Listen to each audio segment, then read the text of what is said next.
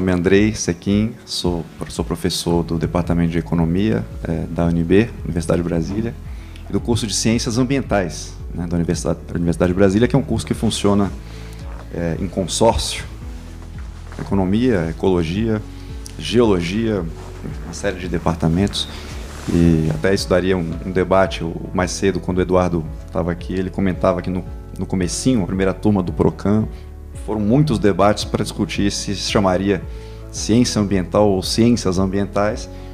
Na UNB isso foi resolvido, não sei se cheguei depois, né, mas parece que no começo teve essa discussão também e acabaram optando por ciências ambientais, no plural. Para mim é um prazer enorme estar aqui na FEA, onde eu me graduei, e fui aluno do Zé Eli, colega de vários de vocês aqui. E é um prazer maior ainda estar nessa mesa de sustentabilidade, a filosofia da ciência. Vamos ver o que o Zé Eli acha desse nome que a gente escolheu, filosofia da ciência.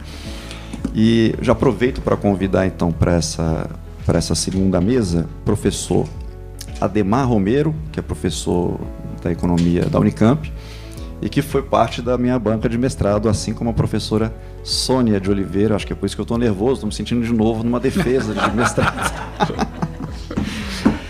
Chamo também a nossa querida colega, amiga Joana Setzer, que desligou a câmera, mas deve estar por aí. Joana, prazer te ver de novo.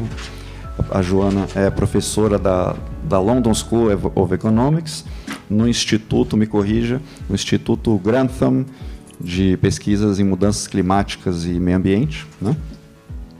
Obrigado, Joana. E chamo também o Peterson Vale, meu colega, amigo, que é diretor de consultoria da Domus, da Green Domus Desenvolvimento Sustentável. Peterson, por favor. E principal conspirador. E principal conspirador desse evento, a revelia do Zé Eli da Veiga. O Zé Eli, não preciso chamar, já está aqui, o autor que inspirou esse evento e que será comentado por nós. Depois você pode fazer suas considerações. Então, passar a palavra primeiro para o professor Ademar.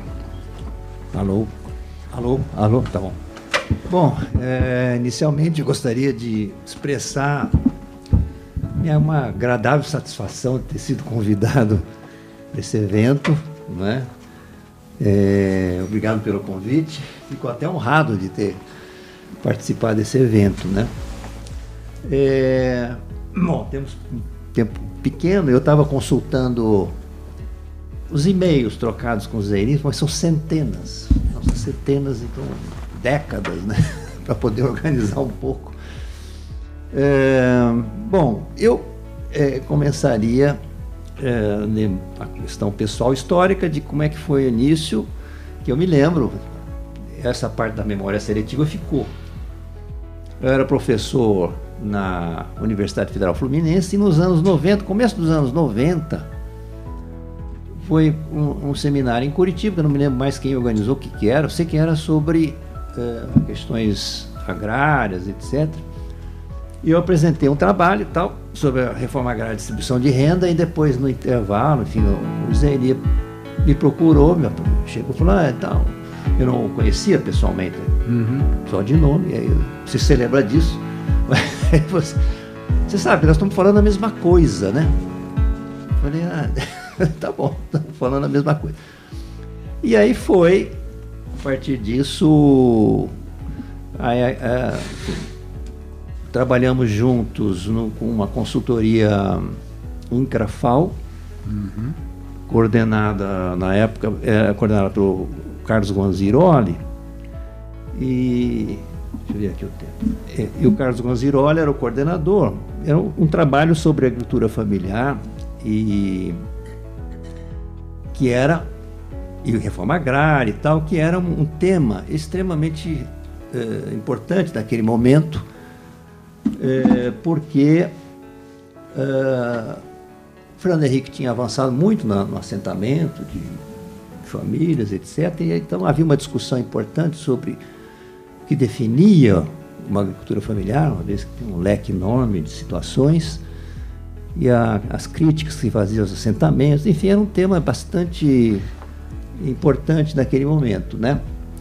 E nesse trabalho da FAO foi importante, que marcou bastante o debate, teve desdobramentos em termos de formulação de políticas, né? Eu acho que o PRONAF, por exemplo, resulta em grande medida desse trabalho, e então foi interessante, importante. E aí, sim, eu diria que, na verdade, embora o Carlos fosse o coordenador do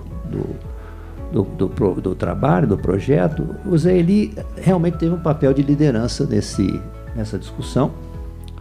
Eu diria que, em grande medida, os resultados se devem à liderança que o Zé Eli exerceu nessa definição, etc. Não? Apesar do Carlos Ganziroli aparecer como o responsável, mas eu diria que foi muito mais o Zé Eli o responsável pelo resultado do que o Carlos Ganziroli naquele momento, né? Não querendo diminuir o Carlos Ganziroli, que também foi muito competente na liderança, enfim, na organização do trabalho, etc. Então, esse é o começo de uma discussão, de um intercâmbio entre eu e o Zé Eli, que dura décadas, né? Troca de e-mails, principalmente, mas também, além do trabalho, juntos nesse projeto e outras participações, bancas e para aqui e para lá, etc., né? Então, eu não vou me alongar nesse tema da agrária, que já foi discutido na primeira sessão, né? Pelo que eu vi no programa aqui. Então, me encerro aí essa parte sobre o começo na área de reforma agrária e distribuição, enfim, agricultura familiar. Depois veio o tema, obviamente, de meio ambiente. Né? Eu já estava nesse tema, apesar de eu entrei na área agrária, havia meio ambiente, na verdade. O Zé Eli saiu da questão agrária e foi para o meio ambiente, mais ou menos isso, né? Então, e aí o Zé Eli se interessou pela área ambiental e foi muito fundo nessa discussão, produziu muita coisa, principalmente na discussão do conceito de sustentabilidade, desenvolvimento sustentável, produziu material, livros importantes, que inclusive usei sempre nos meus cursos, né, na Unicamp, e principalmente essa discussão que até hoje, por incrível que pareça, gera controvérsia, o que é sustentabilidade, o que é desenvolvimento sustentável, etc. Em grande medida, bom, primeiro que a parte propriamente ecológica, da sustentabilidade estritamente ecológica, e para mim, eu não tenho dificuldade de definir, mas ainda assim, hoje há ainda dificuldade de definir o que é sustentabilidade puramente ecológica. Mas também o termo foi se alargando para incluir sustentabilidade política, cultural, emocional, tudo é que é sustentável. Sustentável virou realmente, como vocês sabem, eu não preciso repetir isso, virou realmente um mantra para tudo, né? Bom, enfim, então eu diria assim, o Zé Eli tem uma contribuição importante no esmiuçamento, na discussão do que é isso, e o que é sustentabilidade, até hoje gera discussão e etc., né? E, bom, enfim, e também ligado a isso, o Zé Eli se aventurou também de maneira bem sucedida para a questão da governança mundial, ambiental, que justamente tem um desdobramento. Você vai discutir o que é necessário para atingir a sustentabilidade, você acaba caindo também na discussão sobre a governança ambiental mundial, haja vista aí a questão climática, que é um problema eterno, né? Desde o fracasso do protocolo de Kyoto, que era um plano, eu diria, o protocolo de Kyoto era um plano perfeito. A sua concepção é perfeita, é um manual perfeito de economia ecológica. Lembrando aqui o Daly, se olhar a estrutura do protocolo de Kyoto, é exatamente o que o Daly dizia como deve ser. Define-se uma escala sustentável primeiro, depois é preciso definir critérios de justiça sobre a distribuição dos recursos e das responsabilidades de acesso dentro dos países, depois, finalmente, a alocação dos investimentos fica para o conta do mercado. Era um manual perfeito da economia ecológica, a recomendação do Daly foi um fracasso total, por uma questão, obviamente, de governança, etc. E depois, os sucessivos encontros e, bom, o Acordo de Paris foi o mais esperançoso que se teve recentemente, que também vai fracassar, está fracassando, não vai andar, porque, na verdade, há um problema básico que não foi resolvido, que a transição energética só vai realmente avançar se, essa é a minha opinião, enfim, se houver uma redução significativa dos custos da transição. Porque se não houver uma redução significativa, as metas não vão ser atingidas. É interessante que esses sucessivos fracassos foram acompanhados de sucessivas reuniões do IPCC, cada vez produzindo relatórios mais sombrios, né? Relatórios mais sombrios. Fracasso, relatório cada vez mais sombrios. Olha a catástrofe, e fracasso. Isso levou uma polarização, que aqui se vê, reforçou uma polarização do movimento ambientalista entre, de um lado, ativistas ambientalistas anticapitalistas, que hoje eu diria até que são dominantes no movimento ambientalista, acho, e uma reação de ativistas pró-business, pró-negócios, alguns negacionistas mesmo, ou quase negacionistas, né? Então, virou claramente, aqui no Brasil não é tão marcado, mas nos Estados Unidos é muito forte. E os negacionistas não, os pró-business não são totalmente negacionistas. Os pró-business estão ganhando. Estão ganhando, vão ganhar, porque o custo, o desastre do Biden na área energética está jogando uma água no moinho dos pró-business, né? Bom, enfim, então nós temos aí um problema de governança mundial, porque existe a necessidade de crescimento econômico, por um lado, e ao mesmo tempo existe uma urgência ambiental que tem que ser atendida de alguma maneira sem penalizar, evidentemente, as populações mais pobres, tanto no mundo inteiro, mas também dentro dos países, né? O aumento do preço da gasolina atinge principalmente os mais pobres, né? Bom, então eu diria que aí todas essas problemáticas ele tratou de vários ângulos, de maneira muito interessante, né? A discussão sobre, tem tanta coisa aqui, sobre o antropoceno, etc. A questão até a discussão da Terra como um organismo vivo, o holismo panteísta, e vai por aí afora, que também perpassa uma parte do movimento ambientalista, né? Enfim, é um movimento que tem realmente correntes marxistas com correntes que não tem nada de marxista, mas enfim, Gaia, e vai por aí afora, mas todo mundo no mesmo barco radical, num certo sentido, né? A discussão sobre o antropoceno, etc. Bom, finalmente no terceiro bloco, que para mim agora é o mais interessante, por razões que eu vou dizer daqui a pouco, que é a discussão que o Zé Eli vem fazendo há muito tempo. Eu nem sabia que era tanto tempo que o Zé Eli se preocupava com as questões, enfim, o darwinismo, Darwin, né? E eu não conhecia nada, na verdade, enfim. A primeira vez que eu conhecia há pouquinho, então, o Zé Eli estava escrevendo, que veio ser publicado com Amor à Ciência, etc. E ele fez algumas questões na troca de e-mails sobre uma parte do texto que ele estava escrevendo, nós trocamos algumas ideias e aquilo me ficou na cabeça. Quer dizer, enfim, não li muito mais, mas ficou aquilo ali e tal, bom, enfim. Só que coincidiu, eu estava começando a escrever um livro que vai ser publicado em maio do ano que vem pela editora da USP, que é sobre a história da Revolução Industrial. E eu mandei uma versão, né, para o Zé Eli, e o Zé Eli olhou, falou, dá uma olhada, falou assim, olha, isso aqui, por que você não bota no final aí um molho, não sei se foi essa palavra que você usou, um molho para ficar mais interessante, uma discussão darwiniana, porque o Zé Eli notou, né, que o texto era uma narrativa evolucionária, né, embora não tivesse dito explicitamente isso na introdução, que tem essa perspectiva evolucionária, mas a narrativa que eu fiz é evolucionária, porque eu acho que a realidade é evolucionária.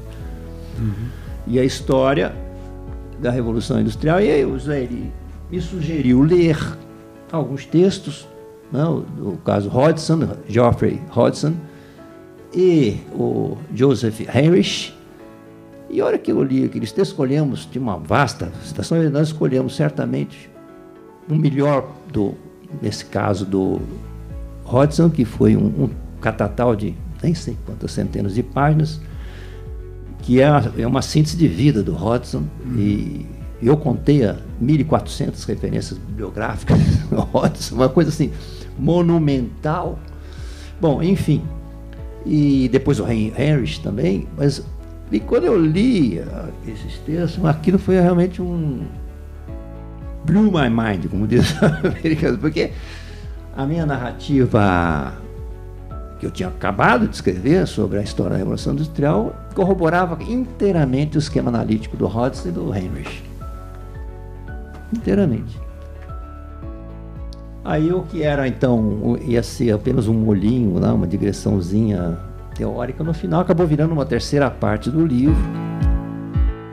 Mas eu acho que é uma digressão ainda. Embora tenha virado uma terceira parte, não uma terceira parte enorme, mas eu acho que é uma digressão ainda, porque eu não ousaria dizer, porque eu continuo achando que meus conhecimentos são... Continuo achando, não, tenho certeza que eu conheço muito pouco de Darwin, muito pouco. Mas o que acontece? Como os trabalhos do Heinrich e do Hodgson colaram inteiramente na minha narrativa, eu quase que aquilo virou para mim, internalizou completamente a dinâmica darwiniana aplicada culturalmente falando. Quer dizer, então, a mudança cultural, econômica, etc. Então, eu me considero nesse sentido um darwiniano, absolutamente. Eu achava que sim, porque veja, eu sempre achei que as coisas mudam, devem mudar, pelo menos se for democráticas, evolucionariamente. Como dizia, aliás, o Burke, eu não sei, o Edmund Burke, o grande crítico da Revolução Francesa, o Papa dos conservadores, mas é um conservador como deve ser, um conservador que vê a mudança como inevitável, a mudança, aliás, há uma conflating, né? Quer dizer, o termo conservador passou a ser associado no Brasil, sobretudo, a reacionário, o que é um absurdo completo, né? Não tem nada a ver uma coisa com outra, porque o conservador burkeano, né, é um cara que só vê mudança em tudo o tempo todo. Só que, aliás, eu nem sei, eu não conheço tanto o Burke, ele não conheceu Darwin, assim, enfim, porque, como ele diz naquela máxima dele, que, bom, o processo de mudança envolve os mortos, os vivos que vão nascer. É isso, tem que ser sempre o passado, o presente e o futuro. Não dá para jogar fora o passado, como ele via, porque a crítica do Burke à Revolução Francesa é que os revolucionários franceses estavam jogando fora o passado. Todo o passado é um lixo, nós vamos construir a sociedade do zero, né? Essa é a grande crítica dele. E não é assim. E a evolução não funciona assim. Tá certo? A carga genética, seja biológica e cultural, está aí. É exatamente um drive, um negócio pesadíssimo, né? Então, é isso. Então, eu, nessa página agora, nessa virada, quer dizer, então, eu não abandonei a questão ambiental totalmente, evidentemente, porque eu acho que aí está uma confluência, na verdade, com a questão ambiental e essa visão de mudança, né? Como o movimento ambientalista tende, por uma parte, a ser revolucionário, no sentido de jogar fora o passado, e aí você tem um cenário, quer dizer, a Revolução Industrial tende a ser demonizada por muitos ambientalistas. A Revolução Industrial, imagina, demonizar um fenômeno assombroso como esse, que, em princípio não, é a única maneira da humanidade se realmente liberar da escravidão das necessidades. Foi com a Revolução Industrial, não há outra possibilidade. Só olhar a quantidade de horas de trabalho que era necessário para a subsistência. Embora, porque tem pobres, claro que tem milhões de pobres, porque ainda não houve a Revolução Industrial para esses milhões, esses 2/3 ou 3/4 da população mundial, né? Mas ele vai ocorrer, porque é uma questão matemático-física. Você aumenta a produtividade de trabalho para poder se liberar do peso que é produzir o básico da subsistência, né? Então a produtividade foi aliás, só para terminar aqui, porque tem tanta coisa, mas enfim, me ocorreu agora, nem está escrito aqui, mas tem eu esqueci o nome agora, fiz um cálculo de quanto demorava para produzir. Demorava para produzir um lúmen, tá? até hoje. Claro que é um tipo de técnica, mas que é especialmente alucinante. Então, tipo assim, para produzir um lume com fogueira na caverna para produzir um lume de LED hoje de energia. Então, está na casa de bilhão da eficiência, tá? Para vocês terem uma ideia. Casa de bilhão para produzir luminosidade. Claro que é um fenômeno muito especial, não foi tanto assim no caso da produção agrícola, 1 bilhão de vezes mais eficiente. Mas a agricultura foi 100 vezes mais eficiente, a agricultura moderna. 100 vezes.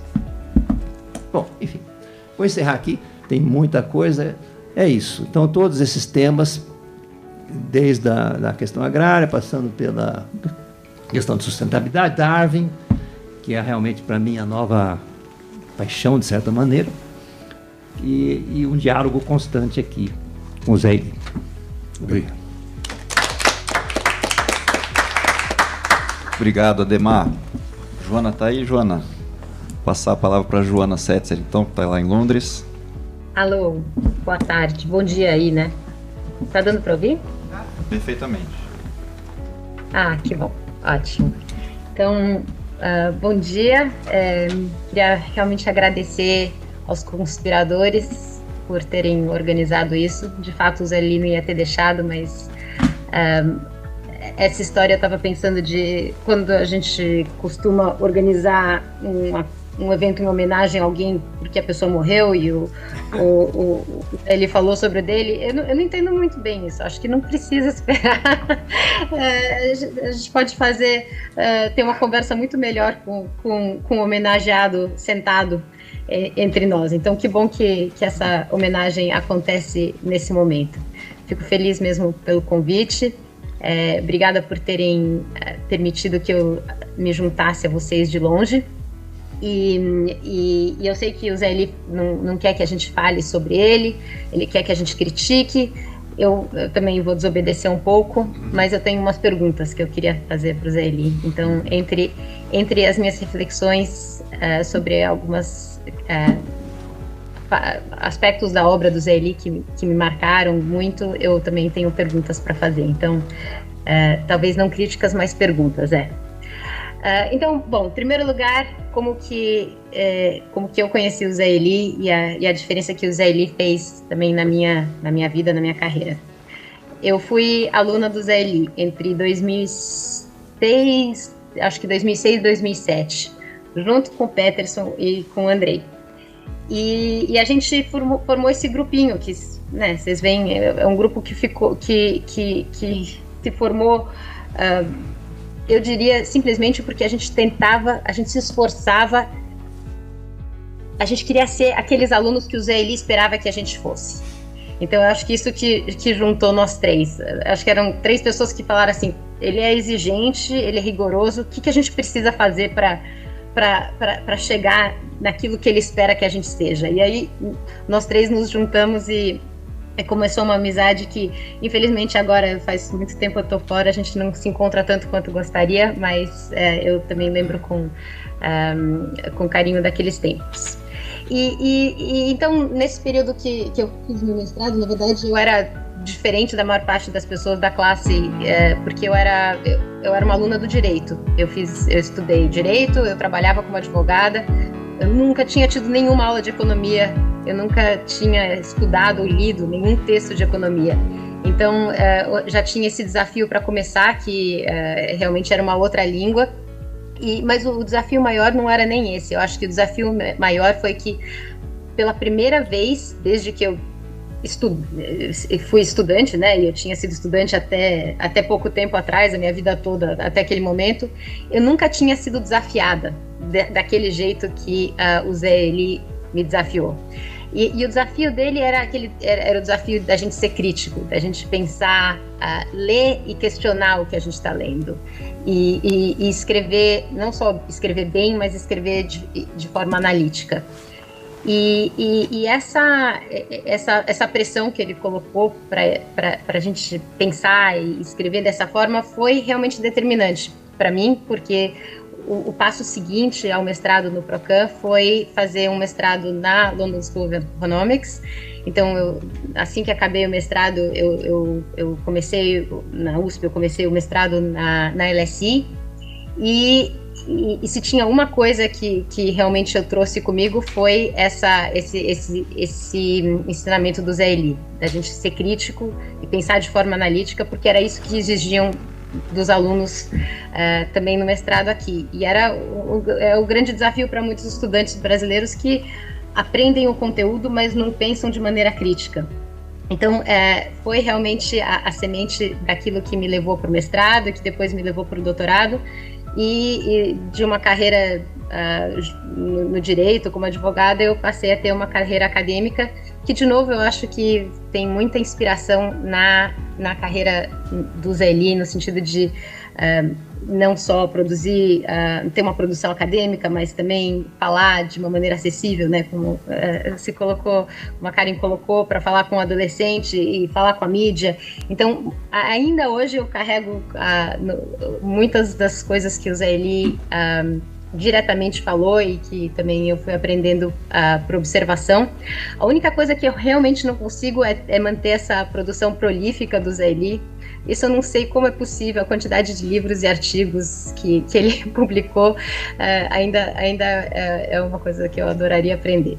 Enfim, esse é o meu primeiro ponto, que eu não queria deixar de dizer, porque enfim, é muito parte do caminho que a minha vida tomou, e eu queria aproveitar a oportunidade para agradecer o Zé Eli por ter aberto os nossos olhos e ter questionado e oferecido tantas oportunidades para conversar em Londres, no Brasil.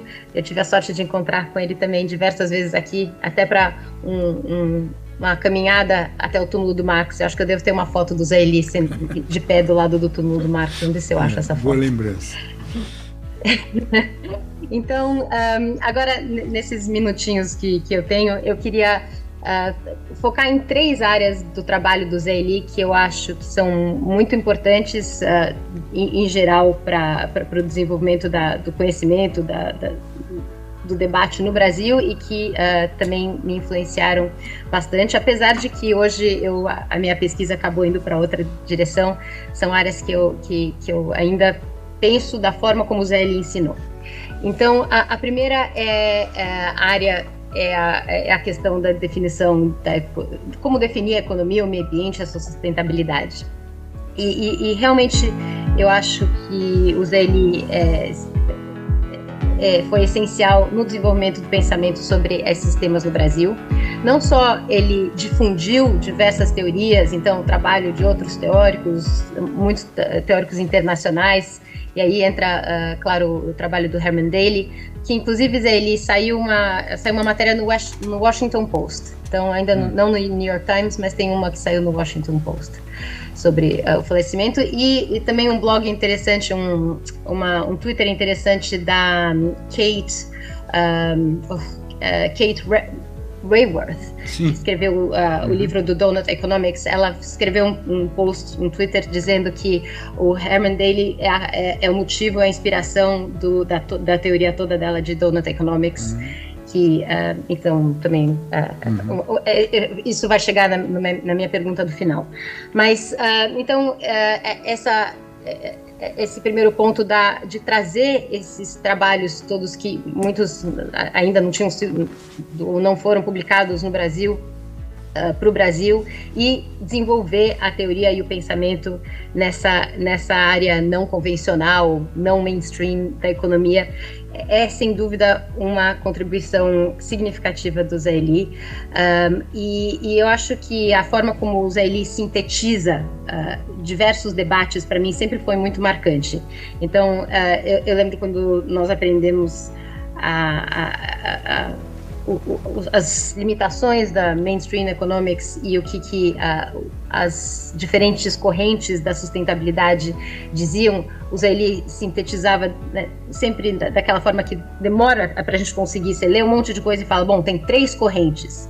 Então, o Zé Eli tinha sintetizado aquelas 3 correntes. A primeira era da sustentabilidade fraca e forte, que foi, inclusive, quando eu cheguei na LSI, uma das matérias que eu tive foi com o Eric Neumeyer, que era o cara que tinha escrito o primeiro livro sobre Weak, Strong Sustainability, então foi um momento que também eu agradeci muito já ter aprendido com o Zé Eli essa matéria, e tinha então essa discussão sobre a substitutabilidade, meu português anda péssimo, Zé Eli, desculpa, mas sobre a questão de substituibilidade e o quanto que a gente pode contar com desenvolvimentos tecnológicos para criar alternativas.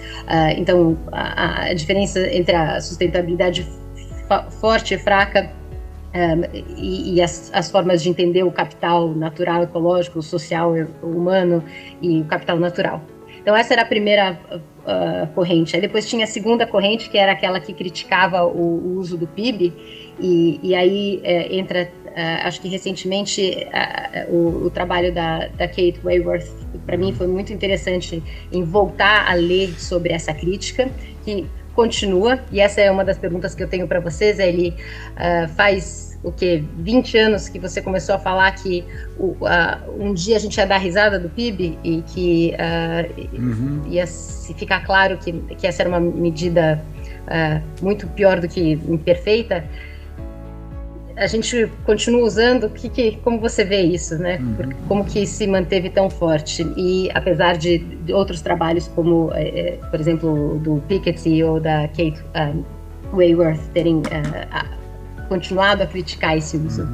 E aí a terceira corrente, que é, acho que onde entrou o trabalho do Andrei, na época eu também nunca tinha ouvido falar sobre o Georgescu, então sobre como a economia é um subsistema que depende da segunda lei da termodinâmica.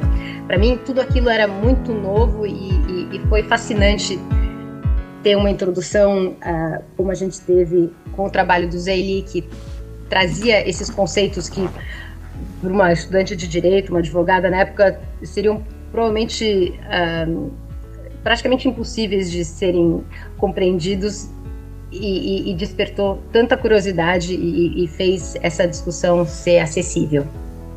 Então, só terminando essa questão da sustentabilidade, uma das proposições do Zé Eli foi sempre que a gente teria que entender reduzir a disparidade entre as capacidades tecnológicas de países desenvolvidos e em desenvolvimento e reduzir o consumo. Eu queria ainda nas perguntas, na minha linha de perguntas, trazer uma pergunta para você, Zé Eli, que é: nos últimos anos eu tenho visto o debate acadêmico e também, assim, mais amplo, né, no político, de uma redução das discussões em torno de sustentabilidade, desenvolvimento sustentável, ou pelo menos que isso tem se fundido com uma discussão sobre transição justa, né, just transitions. E essa é outra pergunta que eu queria também colocar, que é: como você vê essas duas agendas, que eu acho que elas, na verdade, se fundem, e que a agenda da transição justa traz de maneira mais explícita a questão da distribuição da justiça, que, claro, vinha no teu trabalho, e que o seu trabalho se referia ao trabalho do Amartya Sen, mas que agora traz essa discussão de justiça e de justiça distributiva mais explicitamente no próprio conceito. Então, também essa era a terceira pergunta que eu tinha para você com relação a essa parte do teu trabalho da sustentabilidade. E aí, o último ponto que eu queria fazer é com relação à importância do Zé Eli como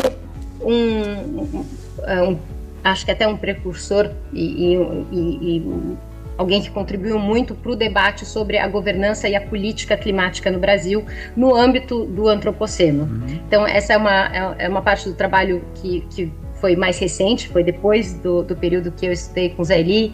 Então, eu não cheguei a ler no curso o livro O Antropoceno e a Ciência do Sistema Terra, que depois o Zé Eli publicou, mas foi um trabalho que eu acompanhei mais de longe, também em trocas de e-mails, e cada vez que nós nos encontrávamos, quando o Zé Eli visitava aqui a Inglaterra ou a gente visitava o Brasil, e que também acabou se juntando com a parte do trabalho do Zé Eli sobre mudança e política climática.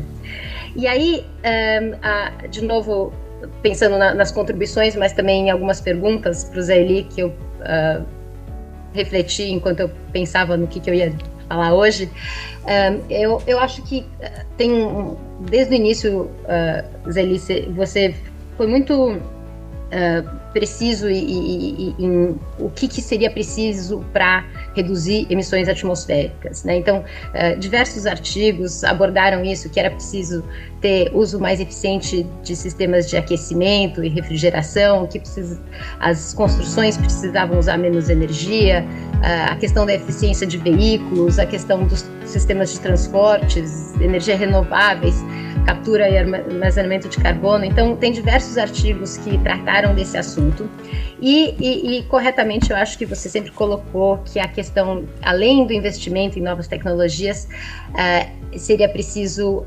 pensar em como dificultar ou brecar emissões por meio de uma redução do consumo. Então, essa questão da redução do consumo é mais uma das importantes contribuições, eu acho, do pensamento do Zé Eli, o quanto que ele sempre enfatizou isso, tanto na discussão da sustentabilidade, mas também nessa questão da agenda climática. E aí que eu entro com minhas últimas... o meu alarme aqui, que acabou meu tempo. Pronto, estou acabando. Que a minha última pergunta, que liga com a minha área de pesquisa atual, que eu sinto falta na tua análise de você falar, ok, então a gente precisa diminuir o consumo, precisa de todas essas coisas, mas e as leis? Né? Qual o papel do legislativo? E mais precisamente dentro da minha área de interesse, e o judiciário? Qual que é o papel do judiciário na promoção e no enforcement, tá vendo? No enforcement, seja lá o que for em português, dessa legislação que no Brasil tem de monte, né? Então eu acho que esse é meu último ponto. Eu queria ouvir a tua opinião sobre o quanto que a economia e o direito se juntam nessa questão da legislação e das medidas judiciais que são necessárias para traduzir diversos dessas teorias, desses conceitos, desses objetivos em uma realidade. Então, eu termino por aqui e vou adorar continuar essa conversa e espero poder te ver aqui ou no Brasil em breve. E os outros colegas também. Então, um abraço para todo mundo. Então, vou começar contando rapidamente também aqui como é que eu cheguei no Georgesco, né? No fundo, a minha ligação mais forte talvez tenha sido o trabalho de conclusão de curso aqui e depois o mestrado sobre o Georgesco. E na graduação em economia, primeiros 2 anos aqui, eu estava em crise, né? Com a graduação, pensei diversas vezes em abandonar o curso de economia, até que ouvi dizer que tinha um professor que estudava questões socioambientais e tal, e fui eu com um colega meu, um amigo Fábio, da FUNAI hoje, e fomos procurar o Zé Eli para estudar os impactos socioambientais do setor sucroalcooleiro em São Paulo. O Zé Eli logo topou e falou, vai conversar com o Eduardo Elves que ele vai orientar vocês, mas foi um período assim, de 1 ano também viajando para Embrapa, Jaguariúna, conversando com o pessoal. Estudo no 3º ano de faculdade, ali eu já tinha desistir da graduação. Acho que eu estou me encontrando. E depois de ter feito essa iniciação e depois de ter feito a disciplina do Zé Eli aqui na graduação, tinha um monte de pré-requisitos. Você tinha que ter feito todas as disciplinas para poder fazer a disciplina do Zé. Depois de ter feito essa disciplina, fui confrontado ali com o Herman Daly, com o Georgesco, né? Fiquei realmente muito impactado. e decidimos, depois dessa disciplina, eu e 2 colegas, fazer um semestre de leituras dirigidas, que era uma disciplina de 2 créditos, em que a gente podia escolher um livro. E batemos na porta do Zé Eli e falamos, a gente quer ler o livro do Georgescu, A Lei da Entropia e o Processo Econômico, o livro de 71, que é um livrinho bastante árido, longo e árido.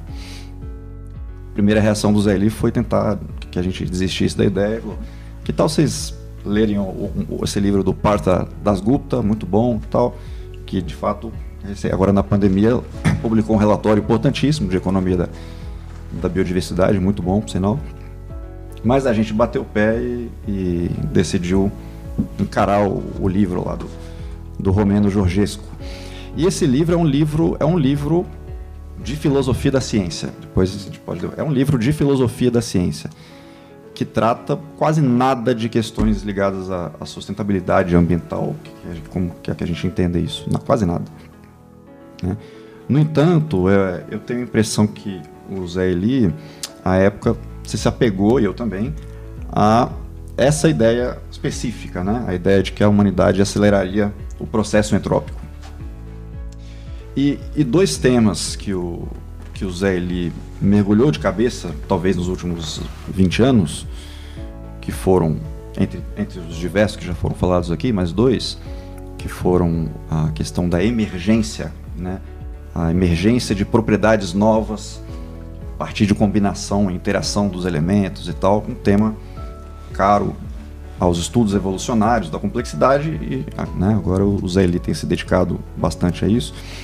E o tema da dialética, que com certeza já acompanho o Zé há muito tempo, mas quando eu estava aqui na graduação, coincidiu com o seu estudo sobre a ruralidade na globalização, que o Arilson mencionou, e nesse texto você já tratava bastante de dialética, né? E esses 2 temas, dialética e emergência, são tratados e elaborados pelo Georgescu no livro de 71. Né? Entre os diversos temas, ele elabora sobre a noção do que ele teria de dialética e também de emergência. Né? Mas, salvo engano meu, quando o Zé trata desses temas, não sei se você fez referência ao Georgescu para falar desse tema. Então, que já fica uma curiosidade, né? Vou comentar mais um pouco sobre isso, mas uma curiosidade saber qual que teria sido a influência do livro Entropiló e como que o Georgescu tratou esses temas para a sua visão de dialética e de emergência. Né? Então, no livro aquele seu, A Sustentabilidade, a Legitimação de um Novo Valor, né, você diz que, embora não seja difícil concordar sobre o que é injusto, não democrático, insustentável, é muito mais difícil tentar definir o que seja justiça, democracia e sustentabilidade. E tem uma razão para isso, né? Os números não são assim. Por exemplo, né, não tem divergência sobre o sentido do número 1, número 2, número 3. O número 1 ele está completamente isolado dos outros números. Ou seja, eles são discretamente distintos. Né? Isso usando até a explicação do próprio Georgescu. Né? Os números são discretamente distintos. O número não pode mudar ao longo do tempo. Né? O que 1 significou nos primórdios dos tempos, em que se começou a contar, é válido ainda hoje. Né? Um quadrado também deixa de ser um quadrado, não importa quão pequena seja a mudança em um dos ângulos. Né? O quadrado, ou seja, ele é discretamente distinto de qualquer outro polígono. E por isso, para o Georgescu, esse tipo de conceito seria aritmomórfico. Né? Teria essa qualidade, essa característica de número. Né? De ser muito preciso, você consegue definir com muita precisão. E já os conceitos dialéticos não são discretamente distintos, né? Como são os números. E aqui eu estou usando o termo conceito sem o rigor que o Zé Eli tem usado, que também, mas seria uma noção. E a característica principal dos conceitos dialéticos é que eles podem se sobrepor aos seus opostos. Você pode mudar qualquer elemento de um conceito dialético, às vezes muito, sem que se negue o conceito. Então, em sociedades democráticas vai ter elementos características não democráticas, né? Em sociedades justas você vai ter injustiças e assim por diante. Então, nesse sentido, a maior parte dos conceitos fundamentais nossos são dialéticos, né? Justiça, democracia, bem, mal, sustentabilidade. E a sustentabilidade também é um conceito dialético, porque essa condição, se a gente pode chamar assim, eu sei que ela é um valor, na verdade, ela está em constante fluxo, né? Vai variar na história de um lugar para outro. Se a gente olha hoje para a insustentabilidade ambiental de países como a Alemanha e a Inglaterra, ela não é idêntica àquela dos mesmos países do século XIX, nem é igual à insustentabilidade do Brasil ou da Índia de hoje, né? Então, embora me pareça que a grande afinidade sua com essa definição, não está claro se você aceita essa perspectiva do Georgescu sobre a dialética. Então, seria só uma semente para a gente continuar conversando. Certo. E aí, outra coisa, outro tema aqui que eu queria pegar é o Adhemar levantou essa bola aqui da perspectiva evolucionária, né? Então, eu não consegui sair da superficialidade, mas me encantou muito, me impactou muito aquele período em que o NESA, que o Danilo falou, juntou com aquele outro grupo Complex, né, do qual fazia parte o Eleutério e tal. E a gente fazia uma coisa incrível, assim, juntava um monte de professor e aluno de pós, de graduação, para discutir livro, né? Discutimos ali o livro do Hodgson, Nas Sombras do Darwin e do Marx, né? Discutimos o Beinhocker, A Origem da Riqueza das Nações, esse mesmo. Um período, assim, talvez dos mais estimulantes para mim, intelectualmente.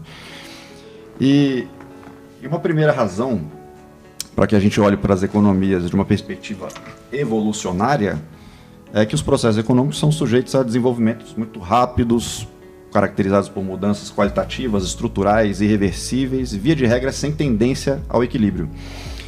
E o livro do Georgescu, de 71, teve como principal objetivo mostrar exatamente isso para os economistas, principalmente.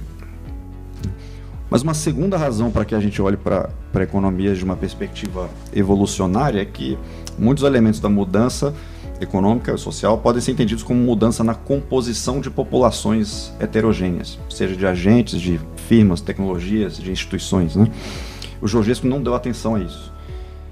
O economista que melhor elaborou isso foi o Hodgson, né? Décadas, já, pelo menos já 30 anos falando disso. E ele argumenta por um darwinismo generalizado, que é um tema que o Zé Eli tem conseguido trazer à tona com essas conversas sobre a evolução darwiniana. E aqui fica também uma pergunta, a ver se faz sentido esse raciocínio aqui. Que o Georgescu, ele apontou dois vetores de evolução econômica. De um lado, daria um vetor, chamando de vetor aqui, um vetor de histerese, ou dependência da trajetória, a gente poderia entender, né?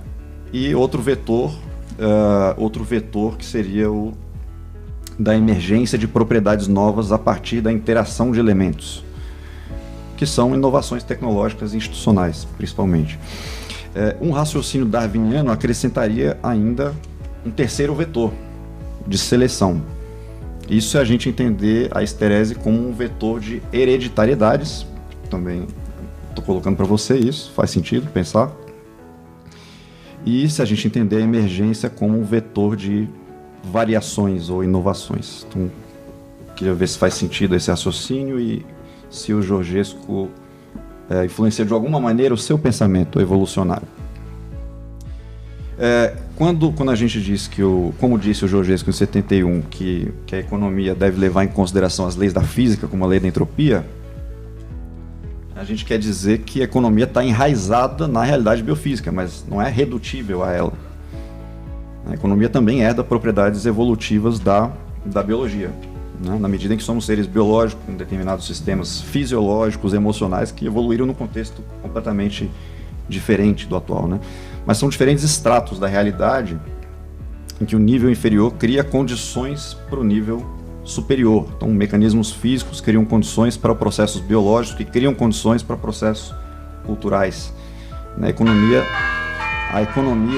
portanto, ela está no nível mais mais alto de estratificação da realidade. E tem propriedades emergentes que não podem ser encontradas na física e na biologia. Depois desse semestre lendo o livro do Georgescu, um semestre inteiro lendo aquele catatal, foi um passo lógico fazer a monografia sobre o pensamento do Georgescu, que é a gente, na graduação em economia, coisa completamente alienígena, o Georgescu. Mas foi uma decisão fazer um TCC sobre o pensamento dele, sobre a orientação do Zé Eli, e depois um mestrado, mas aí não seria mais na economia, e sim no Procam. Aí foi a decisão minha de o que parecia à época uma ruptura, embora o mundo tenha girado, e eu voltei para um departamento de economia, né? Mas na ocasião, então, durante o mestrado, o Zé Eli puxava muito a minha orelha, dizendo que eu tinha que fugir do hermetismo, evitar o hermetismo, né, que ampliasse o público do leitor. Falava do Graciliano Ramos e das lavadoras de roupa de Alagoas, e também disse uma vez para mim que eu era uma espécie de jornalista às avessas, né, em vez de levar o leitor pela mão, eu era muito sintético no pensamento, dava saltos quânticos assim, e é verdade. E se eu melhorei alguma coisa desde então é porque essa orientação do Zé Eli foi uma verdadeira escola nesse sentido, né? E ter sido orientado pelo Zé Eli abriu muitas portas também, além de ter sido uma escola de como pensar, escrever, abriu muitas portas. Ter ido para Brasília, teve o dedo do Zé Eli, pontes do Zé Eli ali. E 2 anos depois do período como pesquisador no Centro de Desenvolvimento Sustentável, quando abri um concurso na área de Economia Agrícola e Meio Ambiente, não posso me dar o luxo de não fazer esse concurso, a bolsa está acabando, tenho uma filha, vou fazer esse concurso. E me inscrevi no concurso lá do Departamento de Economia e passei na prova, e aí chegou a ocasião da prova didática. E na prova didática me deu aquele desespero, tinha sorteado um tema que realmente não era minha, estaria muito mais para o Danilo ali, que era economia regional, né, espaço e tal. E liguei para o Zé Eli, liguei para o Danilo também, que me mandou o texto, e liguei para o Zé Eli, e o Zé Eli passou das 24 algumas horas comigo, mapeando quem era a banca, dando dicas de como fazer uma boa apresentação, como localizar a minha aula numa ementa de um semestre inteiro. Então foram dicas e sugestões ali que foram absolutamente fundamentais para eu ter passado nessa prova didática, né? Então, se eu já agradeci antes, agradeço de novo, publicamente, pela orientação, pelas pontes, portas abertas, pela dedicação esses anos todos, e que me mostram que dessa relação de orientado emergiu uma amizade. Com certeza. Então, Peterson, está contigo. Obrigado. Obrigado. Bom, eu tenho um roteiro aqui, mas como já foram faladas várias coisas aí do roteiro, eu vou fazer alguma alteração. Mas o meu roteiro tem cinco componentes. Um autor com poucos coautores, pioneirismo intelectual, controvérsias, esse eu não vou pular, paixão pela ciência, acho que já foi suficientemente falado, e mentoria. Bom, um autor com poucos coautores.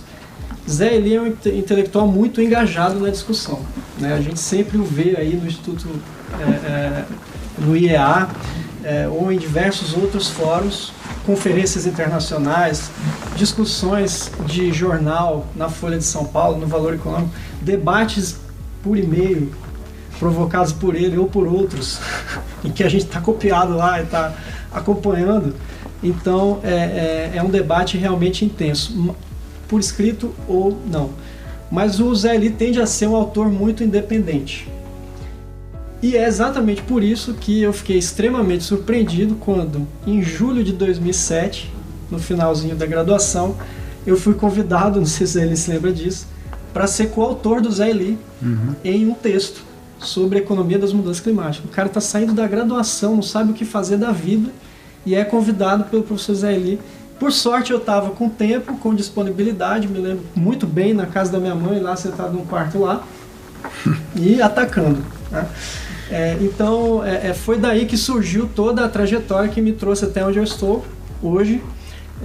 Foi realmente uma abertura muito grande e que me ensinou a pensar, como o Andrei está falando, porque nessas trocas aí de texto, né, o corretor do Word foi um grande aprendizado, aquele processo de reflexão, até do próprio vocabulário, né? Chegou um tempo em que os meus textos tinham palavras, construções muito parecidas com a do Zé Eli, de tanta gente escrever junto. Na parte de pioneirismo, bom, já se falou muito, né, os diferentes momentos, mas um que nos falou muito foi da economia das mudanças climáticas, que é exatamente onde a gente colaborou, né? Então, nesse julho de 2007, por aí, o Zé Eli identificou, olha, não se está falando de economia das mudanças climáticas no Brasil. As mudanças climáticas já era um tema bem velho, e a economia também, já tinha as obras já... O Nordhaus começou lá em 1970 e poucos. O Nordhaus, o primeiro texto de economia das mudanças climáticas do Nordhaus, que eu acho que é de 72, depois eu estudei isso com bastante detalhe, ele antecede a própria discussão de mudanças climáticas no âmbito das ciências naturais, quase. Então é extremamente pioneiro. E o Zé Eli identificou, olha, não está se falando disso no Brasil, vamos escrever um texto. Então nós abarcamos todo esse tema, que é um tema muito amplo, tem muitos pontos de vista possíveis, e aí os pontos de vista do Zé Eli, né, formação de regimes ambientais, geopolítica, a questão do protocolo de Kyoto já estava muito presente. Mas, além disso, temas intricados da economia, porque quando se fala de economia das mudanças climáticas, necessariamente está se falando de modelos econômico-climáticos, e esses modelos eles são difíceis, né? Um exemplo aqui a se trazer, que é uma questão que eu enfrentei muito e que até hoje essa questão é enfrentada e de maneira... ou seja, não está muito longe de ter um consenso, é a questão da taxa de desconto intertemporal, né? Então, em análise de custo-benefício, toda vez que você tem fluxos monetários ao longo de principalmente longas escalas de tempo, você tem que enfrentar essa questão. Essa questão envolve princípios filosóficos de justiça intergeracional, né? Então, ali é uma seara que para mim é difícil. O Zé Eli se aventura. Formulações matemáticas abstratas também se aventura, e consequências diretas sobre política pública, né? Então o Zé Eli não só enfrentou essa questão em livros, em artigos, mas também em artigos curtos de jornal. Na Folha de São Paulo você vai escrever no caderno Opinião, você tem um parágrafo, você vai falar da taxa de desconto intertemporal, porque é um assunto essencial. E aí vem essa... talvez a gente já falou, mas talvez pouco, esse esforço de traduzir ideias complexas para uma linguagem acessível, né? Então, o exemplo da taxa de desconto é muito claro. Bom, outras coisas interessantes são o quanto vieram sempre associadas às discussões de economia das mudanças climáticas diferentes pontos de vista que eu acho que eles estão presentes em outras partes da obra do Zé, ainda que eu conheço menos. Por exemplo, consideração de questões comportamentais essenciais, né? Behavioral Economics. Como é que diferentes perfis de pessoas enfrentam as questões associadas ao risco, que é um assunto essencial em economia das mudanças climáticas, né? Como é que isso se traduz e se associa à tomada de decisão na política pública. Essas questões sempre tiveram muito presentes, né? E, claro, a questão das comunidades epistêmicas, né? O quanto as comunidades epistêmicas travam ou destravam o exercício das ideias e a evolução de todo esse complexo ideias, política pública, né? Bom, controvérsia. Ao longo da minha interação com o Zé Eli, que começou em 2005 como aluno, o maior aprendizado, esse realmente é aquele que absolutamente permanece, é de que, na minha interpretação, inexiste ciência sem controvérsia. Inexiste. A ideia de consenso, eu interpretei o aprendizado com o Zé Eli no sentido de que a ideia de consenso ela é a antítese da ciência. Eu estou sempre procurando as controvérsias. Isso tem a ver, inclusive, com a minha tendência de olhar o mundo, né? Um pouco indo para o Behavioral Economics. Mas as controvérsias tiveram sempre presentes. Passa o livro, por favor, André. E aí aqui foi o livrinho lá de 2008 que surgiu como resultado desse texto que a gente escreveu junto. O título, depois mudou, mas o título é Aquecimento Global, Frias Contendas Científicas. A controvérsia está em contrapor o aquecimento, a frieza das contendas científicas e a própria palavra contendas, né? E ao longo do livro a gente está olhando esse assunto de diferentes formas, né? Então, o papel da controvérsia, da oposição de ideias, e aí o interessante é que eu presenciei o Zé Eli comprar mal entendidos em diferentes contextos. Por quê? Porque o Zé Eli fazia questão de assegurar que visões antagônicas sejam compreendidas e desconstruídas, mas não abafadas. Isso para mim é um aprendizado essencial.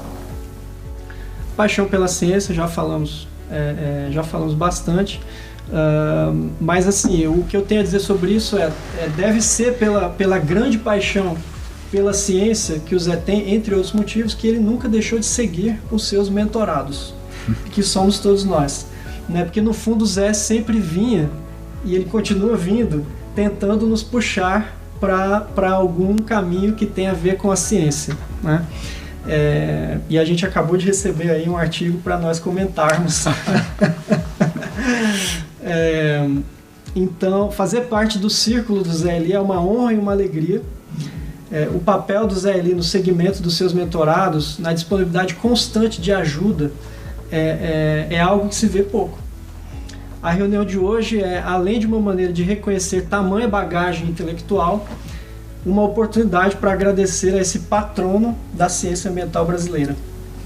Obrigado.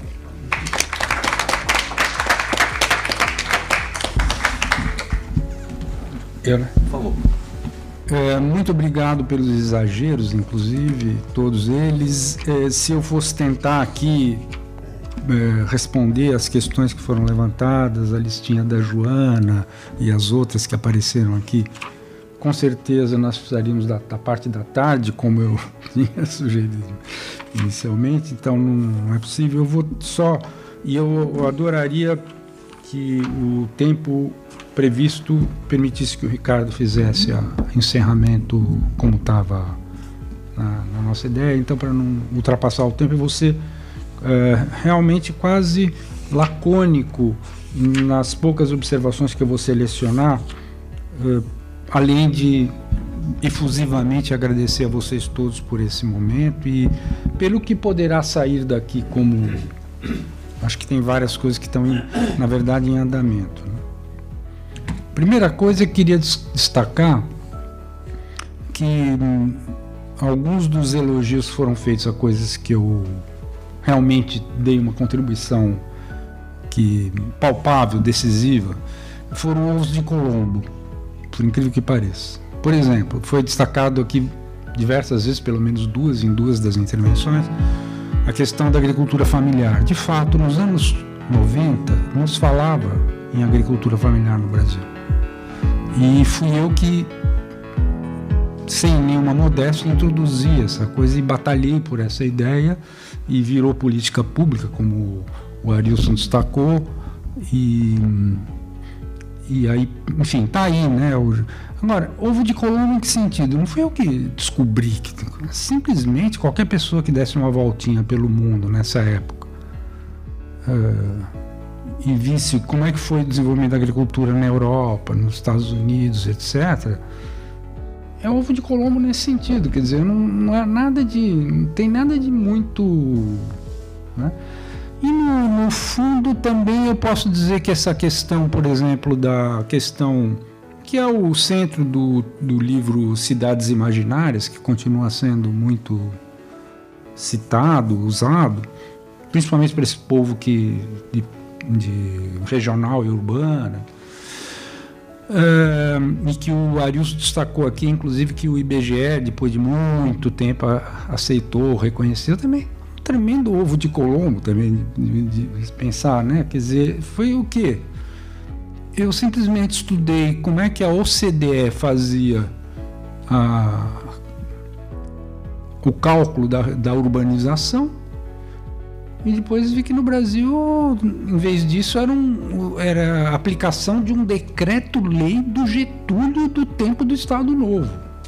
Bom, tudo bem, você pode dizer, descoberta, tal, mas o que é isso? Estou querendo com isso dizer para vocês que, assim, que muitas coisas, eu fiquei com essa sensação, inclusive raciocínio, porque esse evento me obrigou a fazer uma espécie de retrospectiva, assim. Mas muita coisa que parece ter um grande mérito, não sei o que, são coisas... Eu estou chamando aqui de ovo de Colombo, não sei se é a melhor expressão, mas francamente não... Agora, questões que eu considero... Eu vou agora falar de questões que eu considero em aberto, o contrário dessas que, para mim, estão mais do que pacíficas, não teve... Mas quase todas as outras estão... Vamos pegar uma que dá para pôr bem grande assim, que é toda essa problemática da descarbonização. Eu me lembro, eu vou usar isso de novo agora proximamente em alguma coluna para o Valor, etc. Um momento em que eu, lá atrás, eu não sei agora que ano foi, escrevi que a gente tem que olhar para o processo de descarbonização como um processo semelhante, histórico, semelhante ao fim da escravidão. Né?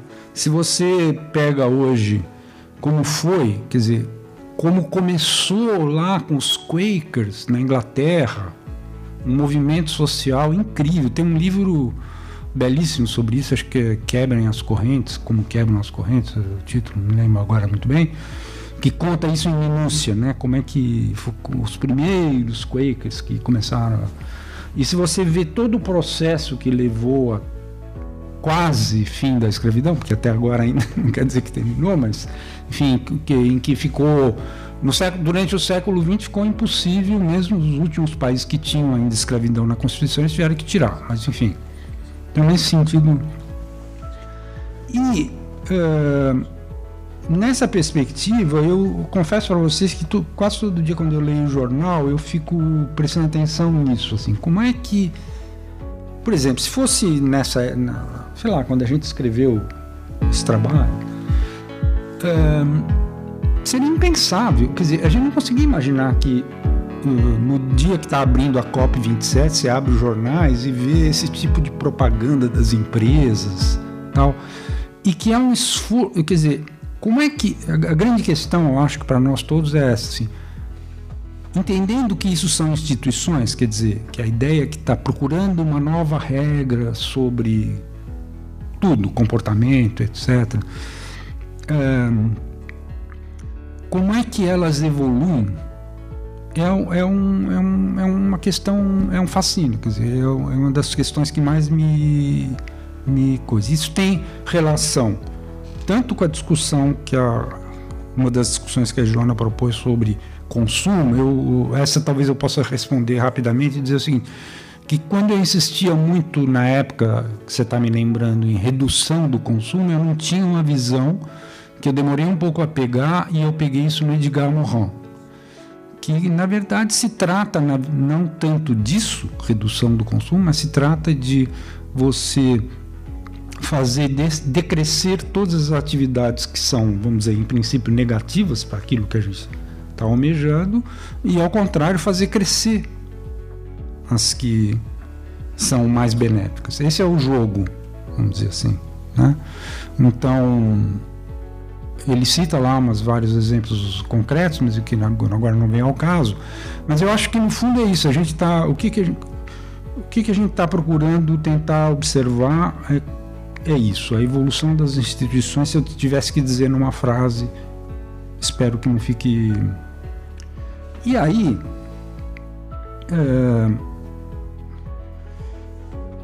realmente, para tentar fechar com uma coisa, dizer um pouco da minha inquietação atual, vamos dizer assim. E ela foi provocada aqui por algumas observações e perguntas. Tá? Alguém, por exemplo, falou da minha relação, acho que foi o Arius que insistiu nisso, na minha relação com o Marx, né? E quase todos citaram a questão do Darwin. Tá? Eu queria dizer para vocês que isso é uma coisa, vamos dizer, bem recente que eu me dei conta. Há muito tempo que eu estou estudando o Darwin, né? Assim, mas vejam bem, o Darwin, ele ficou, mesmo com todo o reconhecimento que houve e tal, ele ficou enclausurado numa coisa assim, isso é coisa das biociências. E o que me empolgou o tempo todo foi ver que não, que provavelmente a evolução das instituições pode ser interpretada com a chave darwiniana. Isso o Hodgson, evidentemente, que inoculou. Mais recentemente, eu me dei conta de que o Darwin teve duas revoluções. Dentro do que seria uma história... isso que eu queria fazer uma observação. Filosofia da ciência eu nunca me meti.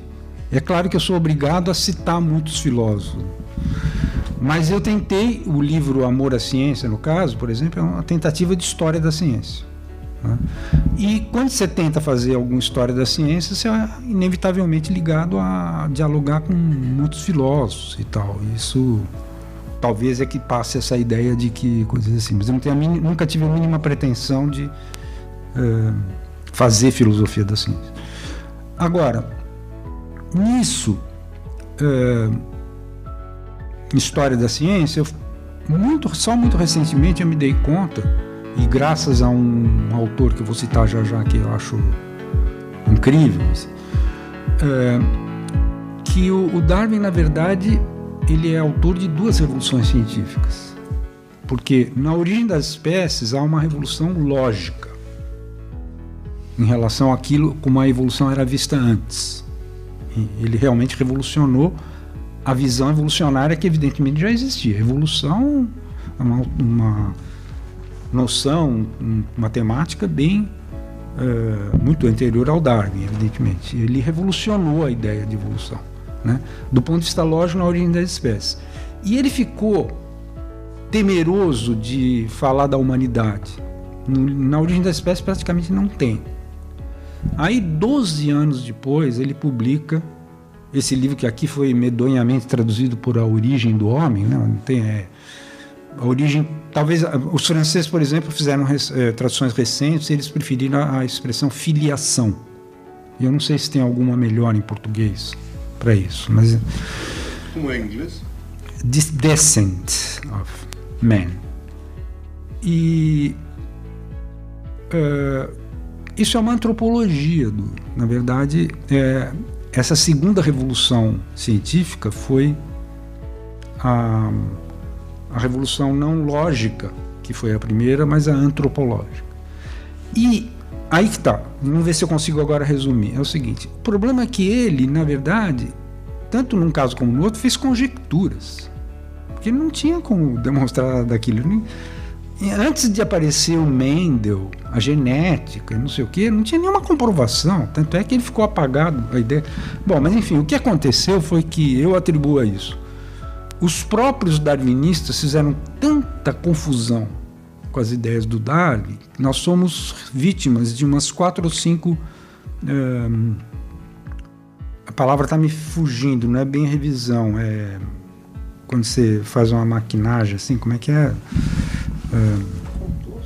Não, enfim, está me escapando a palavra, mas enfim, o que eu quero dizer é que os darwinistas são os principais responsáveis, os darwinistas no sentido de terem aderido, assim, ficarem, inclusive muitos deles fanáticos pelo Darwin. Então, o último caso é o Dawkins, mas o Dawkins é o quarto ou quinto, assim, que faz isso.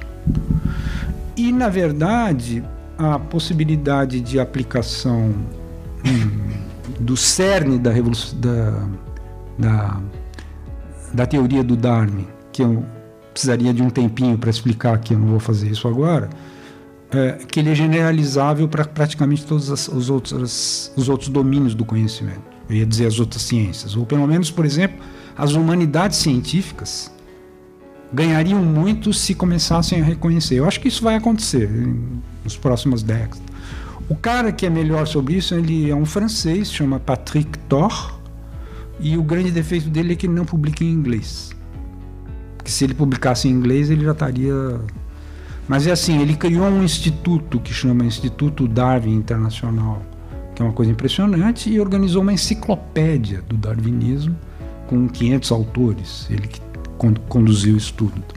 Eu considero que é o sujeito que melhor entendeu até hoje o Darwin, e é ele que propõe essa ideia de uma revolução lógica na origem das espécies e uma revolução antropológica no segundo.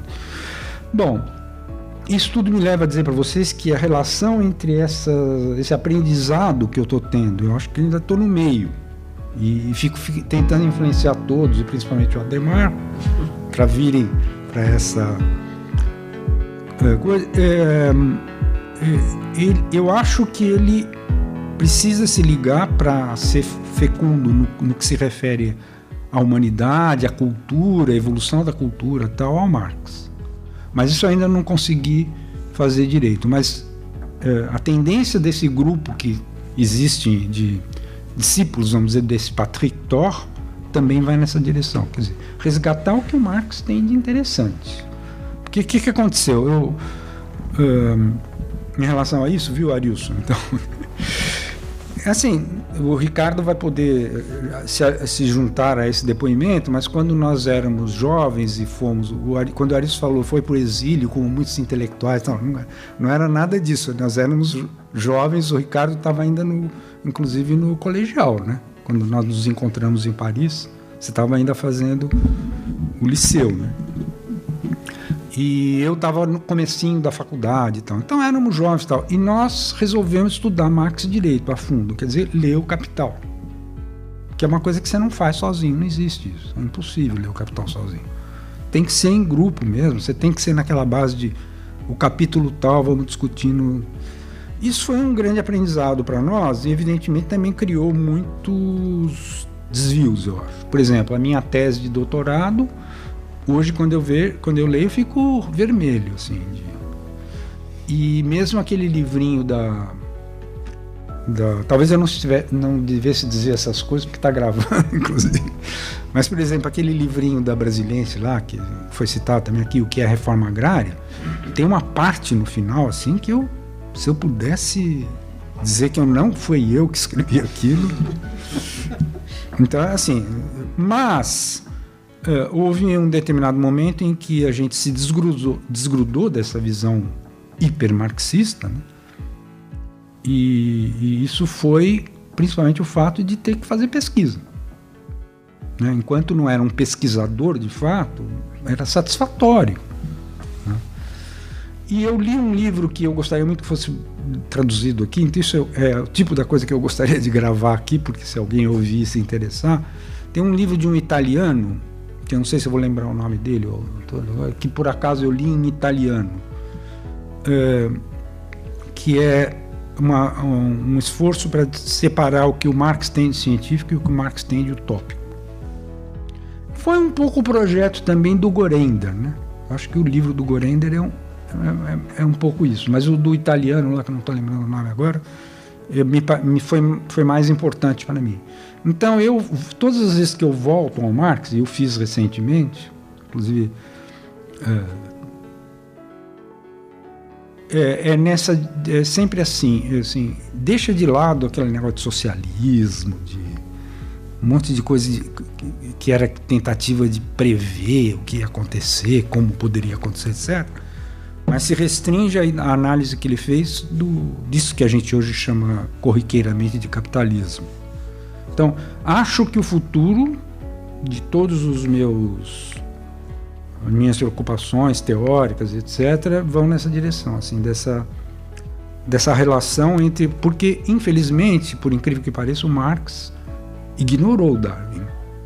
Estou exagerando a palavra ignorar, porque é fácil citar que o Marx fez um elogio ao Darwin, não sei o que e tal.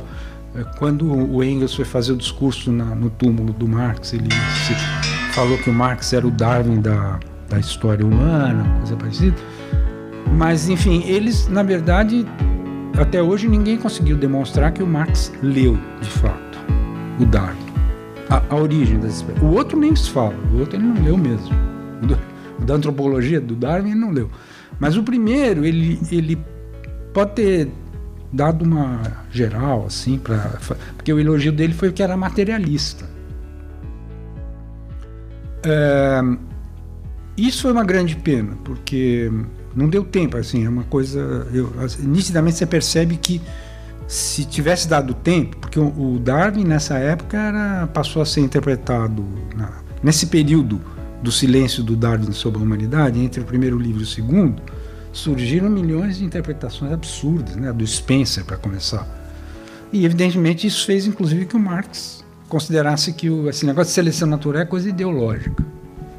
Ele mais ou menos achava isso. Bom, eu queria o seguinte, teria outras coisas nessa direção para dizer, acho que eu não vou poder me furtar de responder ao questionamento principal do Andrei sobre o Georgescu. Que assim, eu vou ter que retomar a leitura do Georgescu, eu responderia assim, porque foi muito importante, muito impactante para mim à época.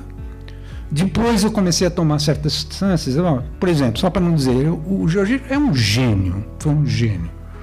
Em primeiro lugar, é importantíssimo é o seguinte, ele nunca foi economista, ele é um matemático. E estudou filosofia também, por isso que você considera que é um livro de filosofia da ciência. Mas é uma reflexão sobre a ciência, né? Assim, e como matemático. Mas, por exemplo, ele não inventou uma quarta lei da termodinâmica, que é piada, né?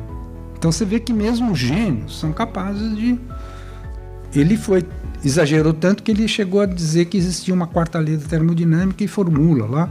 E isso foi facilmente estilhaçado pelos físicos que o leram e assim por diante e tal. Mas olha, uma das possibilidades de continuidade de estudo é o seguinte, eu queria aproveitar o ensejo para anunciar que a minha página na internet está sendo reformulada. Houve uma espécie de coincidência ou transmissão de pensamento, não sei, mas assim, estava muito velha, ela é muito antiga, o jeito que ela... Por exemplo, para dar uma ideia, é uma página que você não consegue ler no celular, que hoje é imperdoável, né? Qualquer coisa dessas, uma página web que você não possa ver no celular. Então está em curso, não vai demorar ainda este ano, em dezembro, por aí, eu acho que vai estar reformulada tudo. E eu espero poder usá-la para, de alguma forma, dar continuidade aqui à nossa... É isso que a gente devia encarar como uma semente de alguma coisa que possa ser, e evidentemente a palavra meus agradecimentos aos organizadores, aos que puxaram, aos que vieram, a vocês todos que estão aqui, eu sinto que é pouco, falta, teria que ter um outro termo que tivesse esse mesmo sentido, um outro sinônimo mais sério, assim, de reconhecimento mesmo. Muito obrigado por tudo. E é isso. Vamos ver se o Ricardo ainda consegue, com algum atraso, fazer a parte dele.